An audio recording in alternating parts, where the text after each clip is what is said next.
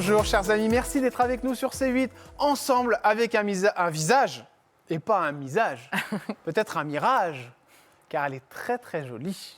C'est Charlotte Dornelas, donc un très joli visage de CNews. Bonjour Charlotte. Bonjour Jordan. Merci d'être là. Je vous fais un petit bisou parce que déjà vous sentez très bon. Hein, je crois que c'est un petit parfum que je connais. Ça, je crois que c'est le même parfum que ma maman. Donc il n'y a que ma mère qui sait quel parfum c'est. Et voilà, je suis content que vous soyez là parce que je sais que vous faites très peu d'interviews. Oui, je réponds assez rarement parce que je fais ce métier pour à la fois informer dans la partie information, on va dire, de mon métier, défendre des idées dans la partie plus éditoriale, mais j'essaye de garder une vie privée bien en dehors de toutes ces lumières de plateau. Et j'ai pas envie de brouiller le message, on va dire, en parlant de moi, ce qui intéresse. D'accord. Eh ben, vous êtes vraiment tombé dans la bonne émission. Qu'est-ce qu'on va se dire pendant une heure? C'est ce que je vous disais avant, le contact a été sympathique avec vous, donc je me suis dit, bon, allez on va faire l'exercice. Je vous fais confiance et puis de toute façon, si je ne veux pas répondre, je ne répondrai pas. Exactement, vous inquiétez pas. Mais bon, je suis quand même là pour tenter d'avoir quelques petites infos. Charlotte, 12 Charlotte, c'est parti. Allons-y tout de suite avec le portrait de Charlotte Dornelas. Allez, on part tout de suite à Orléans. Partons à Orléans. Allez, départ pour Orléans. Avec papa et maman. Alors, je crois. Alors, déjà, il y a Pierre Dornelas, c'est l'archevêque de Rennes. C'est pas mon père. Hein, c'est pas votre père, mais c'est important de le dire parce qu'il y en a plein qui doivent penser que c'est votre papa. Ah bah j'espère pas quand même. Non, mais... Je sais qu'il y a une inculture religieuse qui est forte, mais les archevêques en général ne sont pas papas. Mais oui, non, mais je sais que ça. Mais je suis sûr que ça vous est déjà arrivé qu'on vous dise ça. Oui, non, on me demande en général qui c'est par rapport à moi. Alors voilà, c'est le cousin germain de mon père. Exactement, parce qu'on le répète, mais ils peuvent pas avoir d'enfants, normalement. Ah bah ils sont pas mariés, ils n'ont pas d'enfants, ils n'ont pas de famille. Voilà, donc c'est qu'il y aurait vraiment eu quelque chose de très une étonnant. Paternité spirituelle. Exactement. Ah, Pierre Dornelas, et il a quel rapport exactement avec vous, chère Charlotte? Pierre Dornelas? Oui. Alors, c'est le cousin germain de mon père. D'accord, ok. Voilà. Papa s'appelle comment? Christophe. Christophe. Et maman? Béatrice. Béatrice. Alors, il est juste là. Vous avez des contacts, avec lui? Enfin, vous êtes proche ou pas du tout avec cet archevêque? Alors, enfin, proche, non, ce serait abusif parce qu'il a été ordonné évêque. J'étais très jeune et ils ont des emplois du temps extrêmement surchargés. Il était évêque auxiliaire à Paris quand moi j'étais plus jeune. Ensuite, il est parti à Rennes et donc on ne se voit pas très régulièrement. On a des bons contacts familiaux notamment. Qui doivent vous regarder à l'antenne et tout. Ça, je ne sais pas. Ah bon? Non, c'est des discussions. Ça nous est arrivé de discuter tous les deux sur le cours du monde, on va dire. Mais voilà, non, malheureusement, on a des emplois du temps respectifs extrêmement chargés, lui beaucoup plus que moi. Et donc, non, c'est pas des conversations. On débriefe pas les émissions le soir, quoi. C'est la question, non? Alors, moi, je veux savoir quand même, parce que donc, c'est famille très catho, évidemment. Famille catholique, quoi. Ouais, catho. Papa, non, parce que quand je dis très catho, c'est pratiquant. Oui. Voilà, c'est-à-dire la Toussaint, enfin, la messe. Dimanches. Vous allez à la messe tous les dimanches. Hein.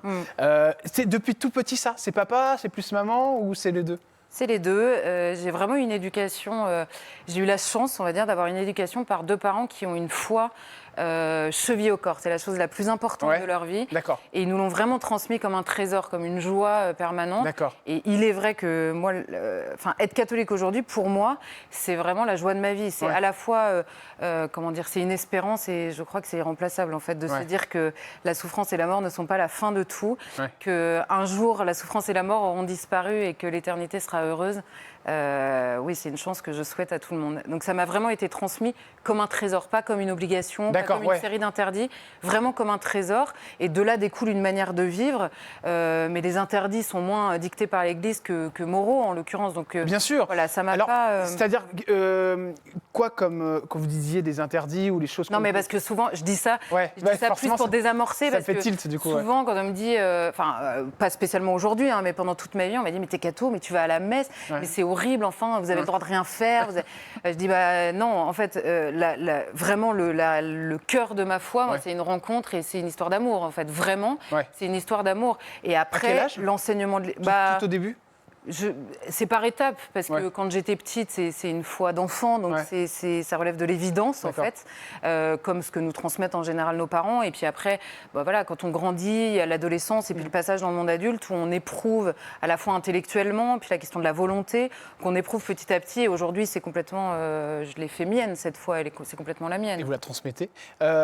Votre règle, les règles qui étaient compliquées quand vous étiez enfant par rapport au catholicisme, c'était quoi, Charlotte? Rien n'a vraiment été compliqué. compliqué, c'est simplement que il y a des dimanches matins où se lever, c'est moins drôle que certains autres.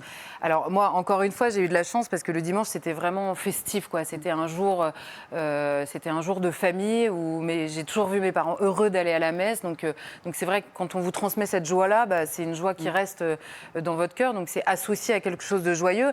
Après, il y a des choses qui sont plus compliquées, c'est-à-dire que dans l'enseignement de l'Église, surtout aujourd'hui, dans un pays extrêmement sécularisé, où la laïcité confine parfois au refus. Ouais. On a l'impression parfois que la question religieuse est quasiment obscène, on va dire, par ceux qui défendent une laïcité très française, là en l'occurrence, la partie très révolutionnaire de la laïcité.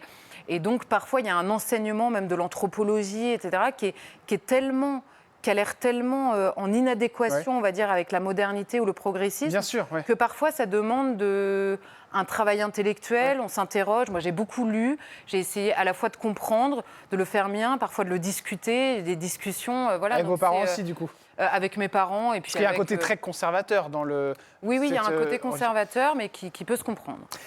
Vous étiez comment quand vous étiez... Alors, frères et sœurs ? J'ai des frères et sœurs. D'accord. Ils doivent être super fiers d'avoir leur sœur. Ça, je sais pas, il faudrait leur poser la question. Vous savez, Charlotte, vous rentrez en famille, forcément. Oui, non, mais ils sont... Ils vous disent quoi ? Que c'est plutôt bien ce que vous faites, que des fois vous allez trop loin, que vous êtes trop... Non, c'est... Alors, dans une certaine mesure, ils ne suivent pas au jour le jour, etc. Il y a plutôt de la fierté, oui. Mais comme j'en ai pour eux, ils ont des métiers très différents. On a l'impression que voilà, la notoriété, entre guillemets, rend les gens plus fiers. Mais voilà, il y a des métiers qui sont magnifiques, parfaitement inconnus. Et papa et maman ? Je suis très fière d'eux aussi. Oui, bien sûr, ça c'est et alors, j'ai plus ma mère, mais mon père est très fier aussi. Papa est très fier. Donc, je suis sûre qu'il va vous embêter, vous dire alors là t'es mal coiffé, là t'es... Est-ce qu'il y a ces petites choses-là ou pas du tout ? C'est moins ma famille que beaucoup d'autres gens qui me disent en effet que souvent je suis mal coiffée. Oui. Ah bon, c'est ça ? Non, je t'ai une idée comme ça. Hein. Mais souvent c'est ça, les parents ils cherchent toujours à... Ils se trouvent toujours un petit détail quand on est à l'antenne, c'est parce que moi aussi ça m'arrive. Quand j'ai pas ma reste sur le côté, n'est-ce pas maman ? Donc c'est pour ça que je vous posais cette petite question. Si c'est pas trop indiscret, cette maman vous l'avez perdue tôt, Charlotte ? Ouais, alors je vais pas trop rentrer là-dedans, non, mais je l'ai perdue trop tôt, comme toutes les mamans. Hein, on la perd toujours trop tôt, mais ouais, c'est... Voilà, mais cela dit, elle m'a transmis l'essentiel et je ne remercierai jamais assez pour ça avec mon père, évidemment, mais voilà. Ouais, c'est important. On arrive à se reconstruire comment quand on perd sa maman, Charlotte ? Là, je vais vous dire, c'est aussi ça. C'est exactement l'histoire que je vous disais tout à l'heure. Avec la foi. La certitude que je la reverrai un jour. Ouais. Alors évidemment, avec beaucoup de mystère, comment ça va se passer exactement, qu'est-ce qui sera, mais la certitude d'une vie après la mort, c'est pour moi le cœur de l'espérance catholique. Et je pense d'ailleurs que c'est la chose dont l'Église devrait parler du matin au soir, en fait. C'est cette histoire des fins dernières. Je pense que le mystère... Aujourd'hui, souvent, on oppose la foi, en tout cas la croyance, avec la rationalité. Alors, je rassure tout le monde, moi aussi, je pense que des 2 font 4. Moi, voilà, je suis rationnelle dans une certaine mesure. Simplement, je dois reconnaître, et c'est souvent la conversation que j'ai, je dis, mais il y a quand même des choses qui nous échappent. Il y a quand même des choses auxquelles notre intelligence n'accède pas. Et je pense qu'à la fin, tout rationnel qu'est l'homme moderne, il se couche le soir comme tous les hommes qui ont constitué l'humanité, en se disant, mais... Pourquoi y a-t-il quelque chose plutôt que rien ? Qu'est-ce qu'il y a après la mort ? Qu'est-ce que c'est que la mort ? Qu'est-ce que c'est que ce mystère ? C'est intéressant ce que vous me dites parce que, vous voyez, pour des gens qui ne vous connaissent pas, et ce détail que des gens vont apprendre en regardant cette émission, parce que je pense que vous n'êtes jamais penché là-dessus, mais les gens qui vont comprendre aussi pourquoi vous êtes autant dans cette religion et que vous aimez autant, que vous avez autant cette foi, parce que la perte d'une maman, c'est tellement difficile à éponger, on ne l'éponge d'ailleurs jamais, que ça permet aussi peut-être à certaines personnes qui peuvent ne pas vous comprendre, ils se disent, ah bah oui, c'est aussi pour ça que Charlotte, elle est à fond, qu'elle est aussi pleine de vie dans ce qu'elle aime. Voilà. Donc, peut-être. Il y a ce côté-là aussi. Dernière question, et je vous embête plus après. Est-ce qu'elle a eu le temps, au moins, cette maman, de voir un petit peu ce que vous faisiez à l'antenne ? Non. Non, elle n'a pas vu. D'accord. Elle le voit sans doute. Elle le voit, J'espère qu'elle est fière. Forcément très fière. La vie amoureuse. Bon, alors là, c'est le néant. Alors là, je vous arrête tout de suite. Là, il n'y aura pas de réponse. Il n'y a aucune aucune réponse. Alors juste vous dire quand même qu'il se passe des trucs très drôles sur Internet, Charlotte, je vous le dis, si vous regardez, il y a des gens donc, qui sont persuadés que comme des fois vous portez des vêtements amples, alors des fois ils disent, oui, alors je regarde sur Internet, c'est incroyable, ils sont persuadés, oui, je pense qu'elle est enceinte depuis une semaine car elle porte des vêtements amples, mais d'un coup vous portez des vêtements serrés. Donc je ne suis plus enceinte. Des trucs hallucinants. Ouais. Est-ce que ça vous amuse quand même tout ce qu'on peut dire sur vous parce que c'est drôle. Je vous avoue que je regarde pas trop. Regardez pas. D'accord. Mais je regarde pas pour plusieurs raisons. D'abord parce que je pense que c'est un peu binaire. Qu'il y a deux écueils à éviter. C'est-à-dire que quand vous regardez les commentaires, soit ils sont très agressifs parce que ça existe. Ouais. Et ça vous touche ça touche tout le monde, je crois. Ouais. Franchement, les gens qui vont vous dire que se faire insulter, c'est agréable ou qu'on s'en fiche, je les crois moyennement. Il y a des caractères peut-être plus forts par rapport à ça que d'autres, mais c'est pas agréable. Et par ailleurs, même les commentaires extrêmement positifs et parfois dithyrambiques, c'est pas non plus une bonne chose. Moi, j'essaie de faire mon travail, franchement, le plus honnêtement possible. J'essaie de travailler, de m'approcher, de chercher la vérité avec tous les gens de bonne volonté, que ce soit dans le débat, dans la manière de présenter les informations, d'aller les chercher. J'essaie de faire ce travail-là et justement de m'affranchir aussi. J'entretiens pas, je suis pas chanteuse ou actrice. Oui, bien sûr. J'entretiens pas un public. Et tant mieux. Vous entreteniez des idées et vous essayez de les faire passer. Voilà, c'est ça. J'ai pas le même métier, donc c'est pas. Et encore une fois, quand je croise des gens qui viennent, parce que parfois il y a des gens qui me remercient pour le travail que je fais, ça me touche énormément. C'est aussi un carburant pour continuer, évidemment. Donc je préfère rencontrer les gens en vrai et les entendre me dire ce qu'ils ont à me dire, plutôt que d'aller voir sur Internet. Et en effet, bon, j'imagine qu'il y a mille fantasmes comme sur tous les gens. Ils se demandent. Moi, je vous dis, ils se demandent si vous avez une vie amoureuse, alors cachée, si vous êtes marié. Je suppose de toute façon que si vous êtes avec quelqu'un, vous vous marierez. Ça me paraît évident. Enfin, je veux dire. Oui. Donc voilà. Donc il va savoir si vous êtes célibataire ou pas, s'il y a quelqu'un. En fait, je retourne la question. J'aimerais que ces gens-là se disent, est-ce qu'ils aimeraient que la France entière ait accès à toute leur vie privée? Je ne crois pas. Et par ailleurs, je sais que c'est souvent mis en scène. Bon, alors les gens font exactement ce qu'ils veulent. Je ne donne de leçons à personne. Simplement, quand c'est voulu par d'autres et sorti par d'autres, je pense que là, c'est un travers de la modernité qui, franchement, ne nous honore pas. Est-ce que vous voulez des enfants, Charlotte? Je peux vous poser la question. Oui, j'aimerais en avoir. Vous aimeriez en avoir. Vous êtes donné une date, un âge? On verra. Vous savez pas encore. À la grâce de Dieu. À la grâce de Dieu. D'accord. Bon, et dernière question. Est célibataire ou pas? Ça, vous ne répondrez pas? Je ne répondrai pas. D'accord, ok. Il n'y a même pas quelqu'un dans le viseur. Non. Bon, voilà, allez, on enchaîne avec. Là, vous voyez, je vous embête pas. Hein, non, mais je pose des questions quand même. D'ailleurs, est-ce que je peux vous donner votre âge ou pas? Ah oui, bien sûr. 23 juin 1986, donc 37 ans. Donc je suppose que vous n'avez rien fait, chirurgie esthétique, tout ça. Non. Rien du tout. Allez, on enchaîne avec les coulisses de la télé et Charlotte Dornelas. C'est parti. Allez, coulisses de la télé avec une vie déjà bien remplie pour votre âge, chère Charlotte, parce qu'on a pratiquement le même âge tous les deux. Le moins qu'on puisse dire, c'est qu'on n'a pas le même parcours. Bon, on va le faire rapide. Vous débrouillez pas mal, quand même. Hein, vous débrouillez pas mal. Bah oui, je vous ai en face de moi, donc c'est que ça marche pas mal. Contrat à durée déterminée à la Nouvelle République du Centre-Ouest, quotidien régional. Ça, c'était basé à Tours. Après, je vais pas revenir sur tout ce que vous avez fait, parce qu'il y a eu énormément de choses. Mais en tout cas, ce que je peux dire en gros, c'est que vous vouliez enseigner à la base la philosophie. Ouais, je voulais même être institutrice, à la toute base. Ouais, toute base. J'ai voulu toute ma vie être institutrice. Je trouve que honnêtement, c'est en tout cas un des plus beaux métiers du monde. Je trouve ce métier sublime. Et j'ai fait de la philosophie après mon bac. J'ai été absolument passionnée de philosophie et je me suis dit, tiens, pourquoi pas enseigner la philosophie? Et en fait, j'ai vu un conseiller d'orientation, pendant que je faisais mes études de philosophie, et qui m'a orientée, lui, vers le journalisme. Donc, je n'y avais jamais pensé de ma vie, pour tout vous dire. Et il m'a dit, voilà, ce qui vous attire, c'est la transmission. Et il y a peut-être un moyen en effet, de cette transmission. C'est vrai qu'il y a un point commun entre tous ces métiers. Et bon, pour l'instant, je suis heureuse dans l'exercice de ce métier de journaliste. Et peut-être que je reviendrai à mes premières amours un jour, je ne sais pas. Ah non, peut-être redevenir prof? Peut-être, oui. Je trouve vraiment le métier de professeur, que ce soit des écoles ou de professeur au collège, lycée ou même plus tard. Je trouve que c'est un métier absolument magnifique. Et par ailleurs, je pense que c'est un métier absolument indispensable aujourd'hui. Et voilà, ce sont des gens à la fois courageux, persévérants, parce que les conditions ne sont pas évidentes. Et voilà, il y a beaucoup de professeurs. y a beaucoup de professeurs qui sont absolument dévoués pour voilà, faire germer des petites intelligences et les rendre adultes. C'est incroyable. C'est un métier sublime, en vrai. Bien sûr, ils ont cette passion c'est vraiment un métier très beau. Qui leur permet de transmettre. Et on les embrasse très fort si tu regardes cette émission, évidemment, chers amis professeurs. Allez, on enchaîne avec Valeurs Actuelles. Ah, alors là, on rentre dans le dur, Charlotte Dornelas. Bon, là, on rentre vraiment, hein, on est dans ce que vous aimez. C'est un hebdomadaire. Ça a commencé en 2009-2010. Et le moins qu'on puisse dire, c'est que vous n'avez jamais vraiment lâché cet hebdomadaire. Vous étiez stagiaire à la base quand vous rentrez. Exactement. Est-ce qu'on peut expliquer aux gens qui ne connaissent pas forcément cet hebdomadaire, ce qu'on y transmet ? Valeurs Actuelles, je définirais, c'est vraiment un magazine de droite qui réunit toutes les droites, en gros, donc voilà, qui fait parler, enfin même, il y a évidemment des gens de gauche qui parlent dans Valeurs Actuelles, il y a la partie information, comme dans n'importe quel journal, voilà, à partir de l'actualité, on cherche des informations et on les sort, on les explique, etc.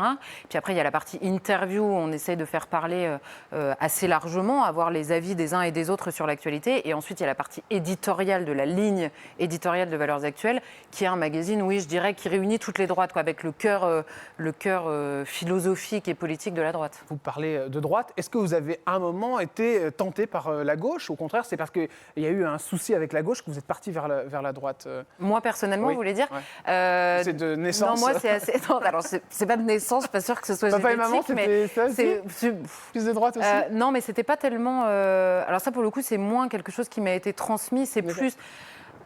avec le temps qui est passé, quoi. Il y a quelque chose... Oui, c'est vrai que c'est pas évident de répondre à cette question parce que assez naturellement, en fait, ma famille, philosophiquement d'abord, je me suis beaucoup plus reconnue dans la droite, dans l'histoire, plus que sur l'échiquier politique. J'ai une tradition en moi. Et je me sens plus proche de la tradition intellectuelle de droite que de gauche, ça c'est sûr. Moi, personnellement, j'ai jamais vraiment été tentée par la gauche, non.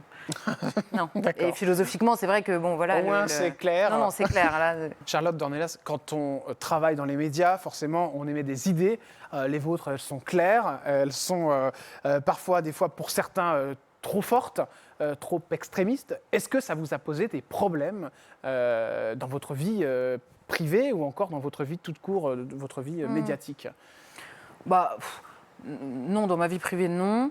Des fois, ça peut poser des soucis, même dans la famille. Il y a des gens qui ne sont pas d'accord. Il y a des gens qui ne sont pas d'accord et ce n'est pas grave. En fait, je fais partie des gens qui dédramatisent le désaccord. En fait, je sais qu'aujourd'hui, c'est genre... il y a des gens qui ne supportent pas que les gens ne soient pas d'accord avec eux ou émettent des idées qui soient différentes des leurs.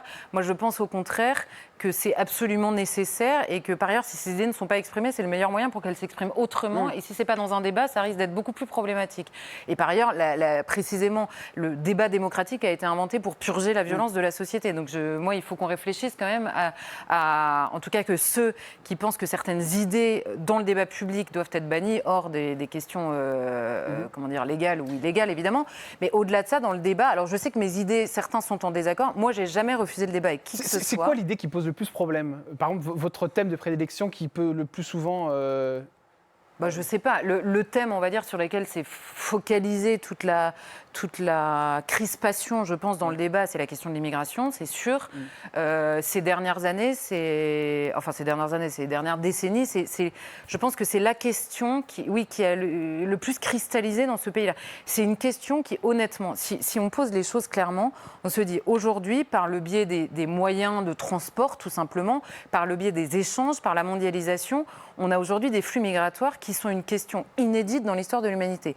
L'histoire de l'humanité, c'est évidemment des gens qui bougent, pour le dire très simplement. Bien sûr, oui. Donc la question de l'immigration, c'est-à-dire des mouvements de population, elle n'est pas du tout nouvelle.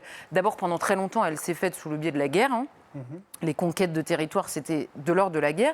Donc des mouvements comme ça de population aussi importants, c'est nouveau. Forcément, ça pose des questions nouvelles. Et quand vous avez évidemment des civilisations, des cultures qui sont portées différemment et qui sont importées par beaucoup de gens d'un coup dans un pays, ça pose des questions à une société. Comment est-ce qu'on s'adapte ? Est-ce qu'on trouve ça bien ou mal ? Moi, il y a des gens qui trouvent ça génial, mais très bien. Simplement, est-ce qu'il est possible de discuter pour justement essayer de comprendre, de confronter nos points de vue, de dire pourquoi est-ce que moi ça m'inquiète, pourquoi est-ce que la disparition possible de toute la culture et donc du commun dans un pays et donc possiblement de l'unité de ce pays-là, Est-ce qu'il est possible que ça m'inquiète? Est-ce qu'il est possible de le comprendre, même si on n'est pas d'accord? Je pense quand même que cette question mérite, en tout cas, qu'on puisse avoir un débat entre adultes en confrontant nos intelligences. Pendant très longtemps, c'était très compliqué. Parfois, il y a encore des gens qui ont des blocages là-dessus, qui vous renvoient à l'extrême droite, parce que comme ça évite de parler avec vous. C'est vrai qu'on peut, des fois, oui, j'ai vu ça, hein. Des fois, vous êtes relayé à ce courant politique. Mais moi, Qu'est-ce que vous répondez aux gens qui disent, oui, d'extrême droite, vous le répondez La question que je pose, en général, c'est quelle est la définition de l'extrême droite? Et en général, il y a un peu un blanc, quand même. Parce que vous aimez bien faire ça, en général. Mais non, mais c'est vrai. C'est-à-dire que moi, on me renvoie à l'extrême droite. Très bien, donnez-moi la définition précise. Et puis, selon les termes de cette définition, on va discuter. Est-ce que c'est de ça dont on parle ou pas? Bon, en général, la définition, elle est toujours très nébuleuse. Elle change au gré du temps. Et puis, quand je vois le nombre de gens ces dernières années qui ont été renvoyés à l'extrême droite, je me dis c'est l'extension infinie du domaine de l'extrême droite. Donc, à la fin, ça ne veut plus dire grand-chose. Et on finit par comprendre très clairement que dans le débat public, en tout cas, le fait de marquer quelqu'un à l'extrême droite, comme aiment le dire certains journaux, on dit il est marqué à l'extrême droite. J'aimerais bien savoir qui a le pouvoir de marquer les gens à l'extrême droite ou ailleurs d'ailleurs. C'est quelque chose... Ça vous énerve en tout cas? Ça m'agace, pas tellement personnellement, mais de manière générale dans le débat, ce mot ne sert qu'à décrier quelqu'un. Ça empêche de parler, parce qu'une fois qu'on a dit qu'il était d'extrême droite, ça veut dire méchant, donc on parle plus avec lui. Forcément, on est diabolisé. C'est ça, exactement. Donc moi, je pense qu'il n'y a pas la diabolisation de manière générale des idées dans le débat est quand même assez mortifère, parce qu'elle empêche le débat, et je pense qu'on a raison d'avoir des débats, donc ayons-les plutôt que de se fuir les uns les autres. Je suis sûre, Charlotte Dornelas, qu'un parti politique est certainement venu vous chercher. Même pas. Ah bon, pas du Non. tout? Rien? Ah, pourtant, j'en étais persuadée. Je me suis dit, il y a bien un politique qui a dû tenter, parce que vous avez quand même une parole très libre et vous savez vous exprimer, c'est le moins qu'on puisse dire. On va d'ailleurs savoir dans un instant, évidemment, si vous êtes en couple et avec qui. Ce sera juste après la pub. Charlotte, je n'oublie pas. On se retrouve dans un instant, évidemment, avec Charlotte Dornelas. Chers amis, on va parler de Pascal Praud, de Laurence Ferrari, de Madame Christine Kelly. Quels sont vos atomes crochus? Comment ça se passe avec Pascal? Est-ce qu'il y a des engueulades? Vous allez tout savoir, les coulisses de cette émission. Voilà, à tout de suite avec Charlotte Dornelas, évidemment le compagnon. On va savoir ça. Chers amis, vous êtes sur C8, je suis ravi d'être avec vous et avec Charlotte Dornelas. J'adore, ça fait très classe sur le plateau. Madame Dornelas, c'est pas portugais cette histoire? Ah si, le nom initialement est portugais. Ouais. Qu'on peut retrouver. C'était il y a longtemps. Alors malheureusement, je n'ai même jamais été au Portugal, figurez-vous. Ah oui. J'étais une fois à Madère, j'ai trouvé ça magnifique. Mais je suis un produit d'une assimilation assez réussie, je dois dire. Bah oui, ça fait plaisir, puis vous avez la particule. Moi aussi, sauf que je l'ai inventé. Bon, c'est pas grave.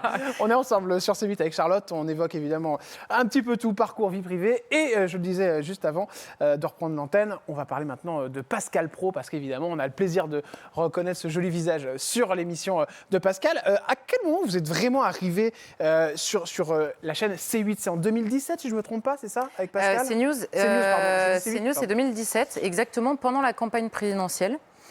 Vous vous faites repérer?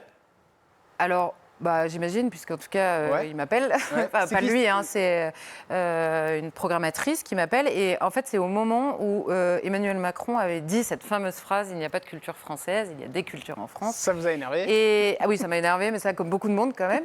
Et ça doit être le lendemain ou le surlendemain. Je viens pour la première fois dans l'heure des pros, qui est une émission naissante. Elle a quelques mois à l'époque. Et voilà, je fais un premier plateau et ça se passe assez bien. Je reviens régulièrement. Et puis après, c'est devenu... Voilà, je suis revenue dans l'heure des pros extrêmement souvent depuis. Je veux tout savoir. Pascal Praud, comment ça se passe en coulisses? Ça se passe bien. Il est gentil. C'est du genre, parce que moi, j'ai le plaisir d'échanger des fois avec lui. Alors, il est extraordinaire, Pascal Praud, parce que je vous donne les coulisses, chers amis. Quand je lui envoie un message, par exemple, où je lui dis que j'ai bien aimé l'émission, il me renvoie « Oh, mais vous êtes un flatteur ». Enfin, je veux dire, il me fait rire parce qu'il est vraiment... Il doit être pareil avec vous, je suppose. Il est vraiment aussi élégant à l'antenne qu'il l'est... Voilà, il y a un côté un peu vieille France qu'on adore, quoi, avec Pascal Praud. Ah oui, il y a un côté si vieille France et bien élevé, qui maîtrise bien la langue. Oui, voilà, vous voyez ce que je veux dire. Non, mais le côté, mais voilà. Mais les gens, oui, comme on aimait. Voilà, moi, par exemple, j'étais très proche de Geneviève de Fontenay, elle était comme ça aussi. Il y avait un côté, c'est pour ça que je dis vieille France, c'est pas du tout péjoratif. Je sais bien. Mais trop de choses qui disparaissent. Voilà, exactement. Voilà. Ouais. Il est comme ça aussi avec vous, c'est-à-dire il vous protège un petit peu sur certains sujets où vous dites non, n'y va pas, Charlotte ou... Ah non, pas du tout. Pas du tout. Non. Il y a certains sujets. En fait, il a moi, il y a un truc qui m'étonne beaucoup, enfin qui m'étonne au bon sens du terme chez lui, c'est que dans son émission, il capte. Sur certains sujets, il capte que là, c'est à tel invité de parler. Il connaît bien ses invités, j'ai l'impression. Et donc, il sait que sur tel ou tel thème, il va plutôt faire parler, prendre un peu plus en longueur. Il a une maîtrise du rythme dans son émission qui fait son succès, je pense. Donc il maîtrise parfaitement, on va dire, la circulation, oui, je ne sais pas comment dire, le temps de parole, etc. Et puis, et après, hors antenne, c'est le même en fait. Enfin, Est-ce que ça vous arrive d'aller dîner en groupe? Non, moi vous coupez, vous, Charlotte Dornelas?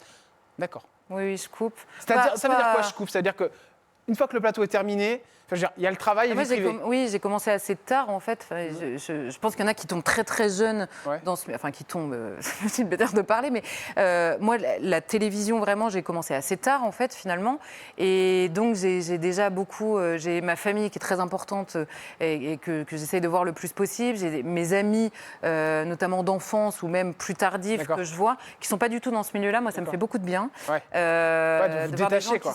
Qui sont pas du tout dans ce milieu-là et qui justement voilà. Et parfois, c'est très amusant parce que on se rend compte que les préoccupations qui sont les nôtres dans le milieu médiatique ne sont pas du tout même présentes dans d'autres discussions. Et je pense que c'est un équilibre, en tout cas, qui m'importe. Qui vous convient. Voilà, qui me convient et qui m'importe de conserver. Personnalité qu'on embrasse très fort, qui est là-haut dans le ciel et qu'on embrasse très fort, qui est évidemment sur CNews, avec qui vous avez beaucoup échangé. Et j'aimerais qu'on mette quand même ce texte hommage que vous avez fait à M. Gérard Leclerc, qui évidemment était dans l'heure des pros et très proche aussi de M. Pascal Praud. Un très beau texte que vous avez partagé, où vous expliquez en fait que vous avez eu beaucoup vous êtes effarouché, quoi. Dieu sait ça, c'est sûr. Si nous avons pu nous agacer, nous écharper, mais Gérard était un camarade passionné de 1000 choses, un aîné riche de 1000 souvenirs et un homme humble et gentil. Pensées et prières pour sa famille et ses amis. Puisses-tu reposer en paix, cher Gérard. C'était un bon complice. Oui, c'est vrai qu'il y avait c'est vrai que j'ai utilisé le mot agacé parce que c'est celui qui me venait le plus facilement. Je pense que c'était vraiment très mutuel. Hein. Il y avait une différence de fond entre nous. On réagissait jamais de la même manière sur aucun sujet. Mais il y avait un attachement. Il était plus de gauche, ça faut le dire. Oui, c'est ça. Mais même il y avait, sur 1000 sujets, en fait, il y avait ce côté. Il était très, quoi qu'il arrive, très européiste, par exemple. Donc il y avait un côté un peu qui moi me semblait un peu, comment dire, déconnecté parfois un peu de la réalité des choses. Donc c'est vrai, moi j'ai un caractère un peu spontané, on va dire. Oui, on a remarqué. Et voilà, et du coup c'est vrai que je pense vraiment que c'était le mot. On s'agaçait mutuellement. Il n'en demeure pas moins que c'était, et c'est ce que je dis là, vraiment, il avait toujours une anecdote à raconter. Il avait traversé la vie politique qu'il avait couvert, tous les gens qu'il avait interviewés. Il avait toujours un souvenir. Il avait 1000 passions. C'est vrai, on avait un sport qu'on aimait bien en commun qui était le rugby. Ah d'accord. Voilà. Et puis voilà, quand il parlait notamment précisément de l'aviation, il en parlait très souvent. Il était vraiment passionné par beaucoup de choses. Rugby, très cultivé. Vous faisiez du rugby non, j'en ai pas fait, mais j'aime le regarder. C'est un des seuls sports où je suis pas très sportive et mais le rugby, passionnée. ça vous plaît bien. D'accord. Et le rugby, j'aime beaucoup. Sans doute grâce à mes frères qui sont des passionnés plus quoi. Donc. Est-ce que ça allait hors de l'antenne, ces petites embrouilles, où ça s'arrêtait forcément dès que l'antenne s'arrêtait? Non, ça nous est arrivé de continuer à nous écharper parce que alors moi il y a un truc que vraiment qui m'agace chez certaines personnes, on va dire, c'est que parfois vous sortez du plateau et puis tout ça n'est qu'un théâtre pour certaines personnes, j'ai l'impression. Alors moi quand je m'enflamme sur un plateau, je ressors, je continue à être énervée. Enfin je veux dire, donc vous continuez à vous embrouiller avec lui? On continue à se dire mais c'est pas possible. En fait tu vois bien que ça, tu vois bien que 2 et 2 font 4 et lui il me dit mais non c'est 3 et 3 qui font 6. Bon voilà, oui ça nous est arrivé de continuer. Mais mais c'était vraiment c'était du débat en fait. Et moi je pense que tant qu'il n'y a pas de détestation personnelle, le débat est intéressant en fait. Et il n'y avait pas de détestation personnelle avec Gérard Leclerc, ça c'est sûr. Et on embrasse très fort sa femme Julie Leclerc évidemment qui passe des moments difficiles en ce moment. On enchaîne avec une autre personnalité. Alors, celle-ci, elle est exceptionnelle. Alors, vous savez que souvent, on me dit que vous êtes un petit peu sa fille spirituelle. Hein. Ah oui, d'Elisabeth Lévy, Ah c'est oui, vrai. à côté. C'est drôle. Bah oui, parce que, je veux dire, vous êtes 2 numéros tout le temps. Ah oui, quand même. C'est pas les mêmes générations, mais vous pensez un peu la même chose, je me trompe? Oui, on a beaucoup de points communs, ça c'est sûr. Ouais. Vous êtes copines dans la vie? Vous allez boire un petit verre ensemble? Ça nous est arrivé. Ouais. Copine, je sais pas. Malheureusement, on ne se voit pas assez souvent, mais c'est une fille que j'aime beaucoup. Ouais. Et oui, ça nous est arrivé d'aller passer des moments ensemble. Et c'est sûr qu'on a beaucoup de points communs, ça, il n'y a aucun doute. Alors, elle aussi, des fois, ça attire des détracteurs, hein, parce que, bah voilà, elle a une façon de penser bien puissante. Est-ce que des fois, vous lui dites, non, tu devrais pas, Christine, ou vous non, calmez ou pas du tout? Non, rien du tout. Elisabeth. Elisabeth, pardon. Ah oui. Non, pas du tout. Alors moi, déjà, j'explique pas aux gens ce qu'ils doivent dire ou penser, parce que j'aime pas ça, et j'aime pas qu'on le fasse avec moi. Et donc, alors, j'accepte les conseils. Entendons-nous bien, c'est-à-dire que... Ça vous est arrivé, ça, qu'on vous dise, ouais, tu devrais pas dire ça ou... C'est pas qu'on me dit, tu devrais pas dire ça, mais par exemple, sur tel truc, c'était pas très convaincant, ou l'argumentaire était pas bien rodé, ou au contraire, là, très bonne idée. Oui, c'est des conseils qui sont très importants. Enfin, je veux dire, j'ai encore énormément de choses à apprendre, et j'en aurai toute ma vie d'ailleurs. Donc les conseils sont importants, à la fois sur le fond et même sur la forme. Hein. C'est un métier où la forme compte aussi.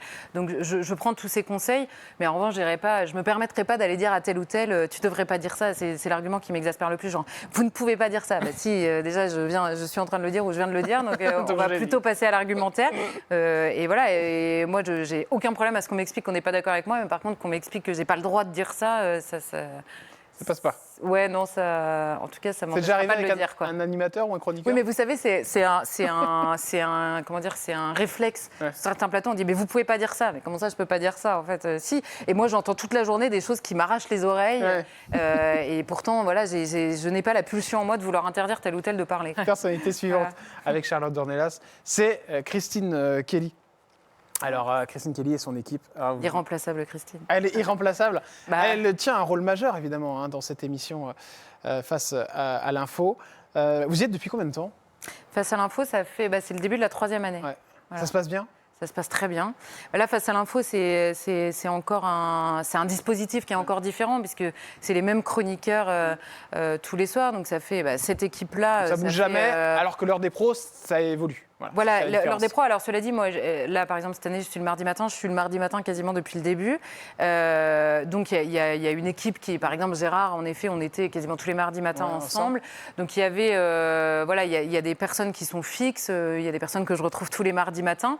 Mais il y a plus de monde, et c'est là où le dispositif est différent, c'est que là, dans Face à l'info, on fait une chronique. Donc on parle pendant 7-10 minutes sur un sujet très précis, on parle les uns après les autres. Donc c'est un format qui est très particulier. Et c'est vrai que le lion, et je dis irremplaçable parce que, alors moi, il n'y a pas une personne au monde qui m'a parlé de Face à l'info sans commencer par me dire à quel point Christine Kelly était l'âme de cette émission et que les gens l'aiment. Mais vraiment, c'est incroyable. Donc, et par ailleurs, ils ont raison, elle est absolument adorable et elle fait le lion dans cette émission. Elle est aussi personnelle avec ses chroniqueurs, Christine Kelly, Charlotte Dornelas. C'est-à-dire qu'elle envoie des messages. Oui, elle est très...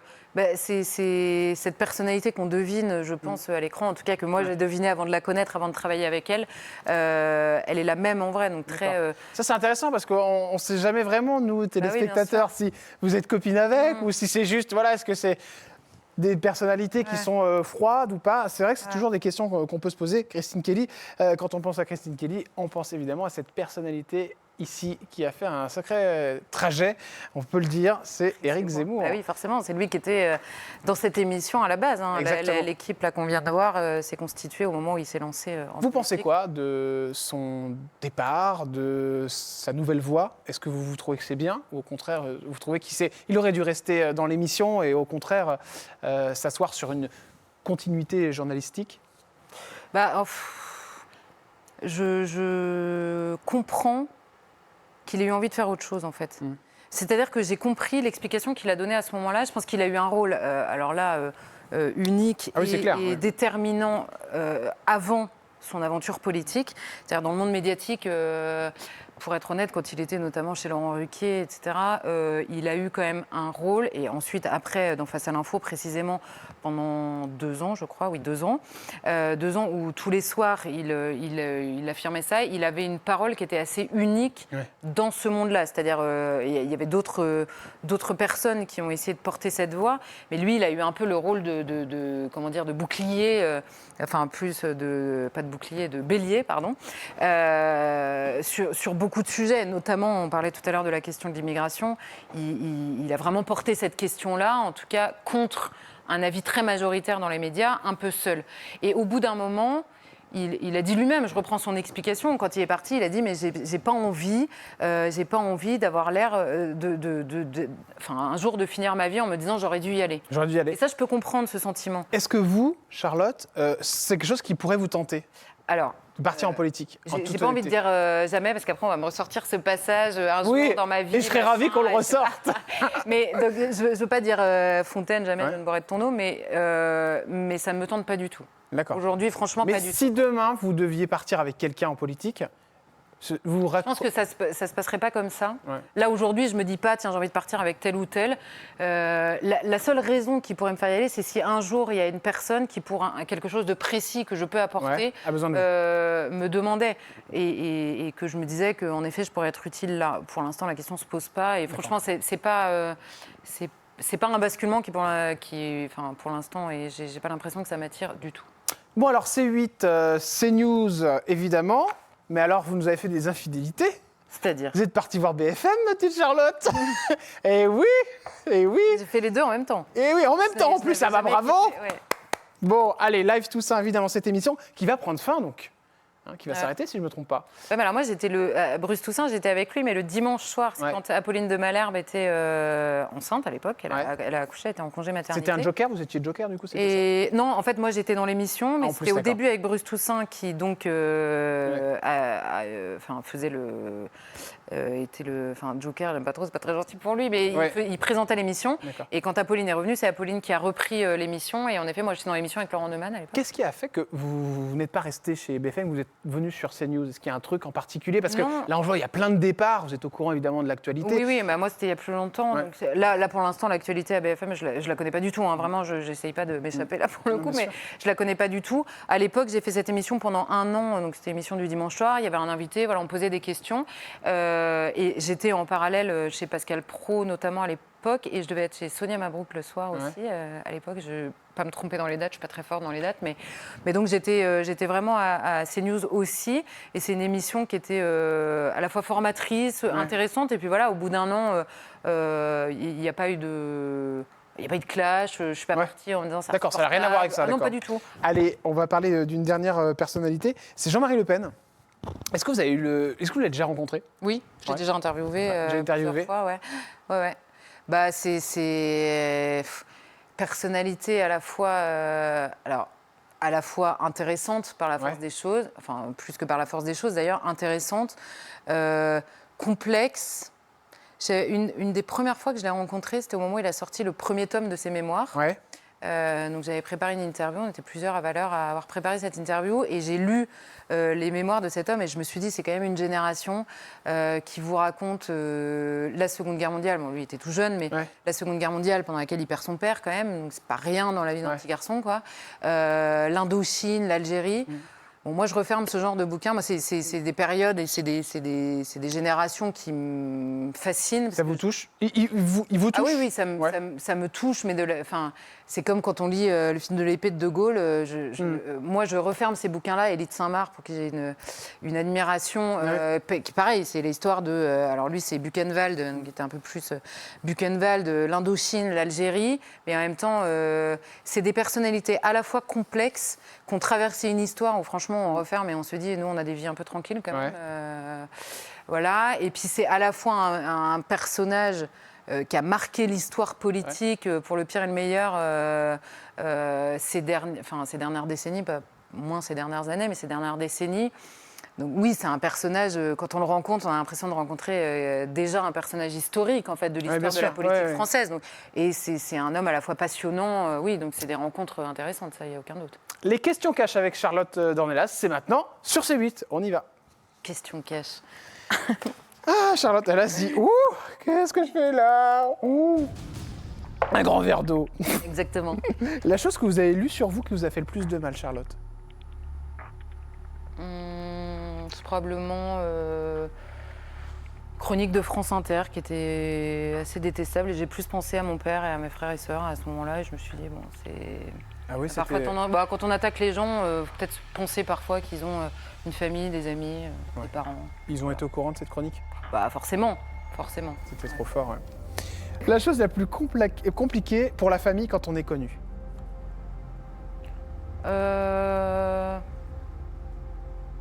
Bah, j'imagine, je me mets à leur place, d'être le frère ou la sœur d'eux, c'est très pénible, quoi. Ouais. Surtout qu'ils ont plein de qualités propres, donc arrêtez de leur parler de moi. Voilà. Le petit message. Un soir, vous avez eu peur dans la rue? Oula, il y en a beaucoup, ça. Ah ouais? On va se mentir. Bah oui. Ah ouais. Ah oui, non, mais quand je parle malheureusement de l'insécurité, surtout en vivant à Paris, et que je parle de ce changement-là au fil des années, oui, j'ai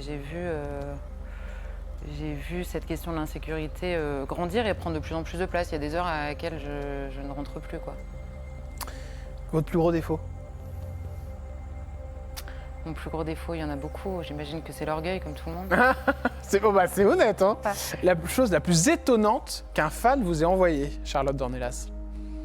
Alors, il y a des gens qui m'envoient des choses adorables, des livres de leurs arrière-grands-parents. Ouais. Bon, la chose qu'on m'envoie beaucoup, c'est des choses qui ont attrait à Jeanne d'Arc, évidemment. Ah, bah ma oui. passion, Vous et ça étiez me Jeanne touche d'Arc. toujours beaucoup. Ouais. Quand vous étiez petite, Ouais. vous avez été Voilà, Jeanne j'étais d'Arc. petite. Voilà. Bah oui, vous étiez petite, vous aviez 15 ans. 15 ans, voilà, vous n'étiez pas bien grande. Petite, oui. La fois où vous êtes servi de votre notoriété pour rentrer dans un endroit, ça n'est jamais arrivé de dire... Ça vous dit rien, Dornelas? Ah non, Sur CNews? non, ça, franchement, je le fais pas. Je suis trop timide pour ça. La fois où vous avez déconné avec l'alcool, est-ce que c'est arrivé? Ah bah oui, forcément. J'étais jeune. Ah oui, d'accord. J'ai pardonné, je me suis confessée, tout va bien. La dernière fois où vous avez été au confessionnal? Bah, il n'y a pas très longtemps. Pas très longtemps. Régulièrement, j'essaye pour exercer la vertu. Voilà. Ce que vous rêveriez de présenter sur CNews? À de présenter, alors là, Ouais. franchement, Là, t'es toute seule, hein. Ouais. Non, mais j'admire justement les présentateurs et je crois que ça m'angoisserait beaucoup. Donc, j'ai jamais rêvé de présenter. Je suis ravie que d'autres le fassent. Non, c'est un métier vraiment particulier qui demande. La personne avec qui vous entendez le plus en animateur sur CNews? Ou animatrice? Bah, je les aime pour des raisons vraiment différentes. Celle avec qui je passe le plus de temps, évidemment, c'est Christine. Mais franchement, les autres, c'est une chaîne familiale. La question qui vous ferait quitter un plateau télé? La question? Ouais. Bah, franchement, après vos questions, il n'y en a plus. Hein.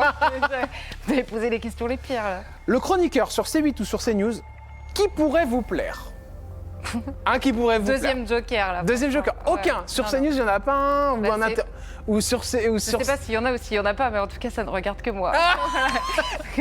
Et là, je vais vous permettre de vous adresser, de faire quelque chose que vous ne pouvez pas trop faire en émission.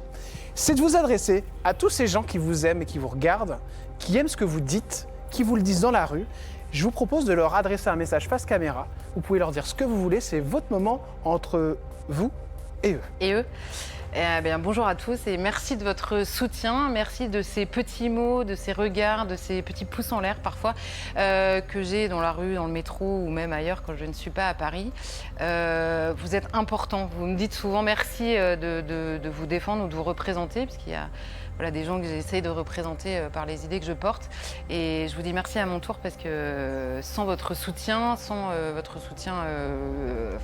qu'on se rencontre ou pas, à vrai dire, il y a des jours où j'aurais probablement moins la force. Tout en émotion, hein, Charlotte. Je vais vous faire un petit bisou pour terminer cette émission. Je vous remercie d'être venue chez moi, de m'avoir fait confiance. Merci de votre accueil. Je sais que c'est pas forcément facile parce que vous êtes quelqu'un de pudique et je le sens. Et je vous êtes un petit peu livré. Je suis très content de vous avoir reçu. Merci Charlotte. Merci à vous. On vous retrouve évidemment sur CNews, à la chaîne sœur, évidemment. Et nous, on se retrouve demain où ça? Sur C8. Ah bah c'est 8, évidemment. oui, pardon. Bah oui, hein, j'ai lâché là. elle est à fond sur CNews. Bon, on se retrouve demain, je vous embrasse très fort et je vous remercie évidemment de votre fidélité. Bisous, ciao ciao.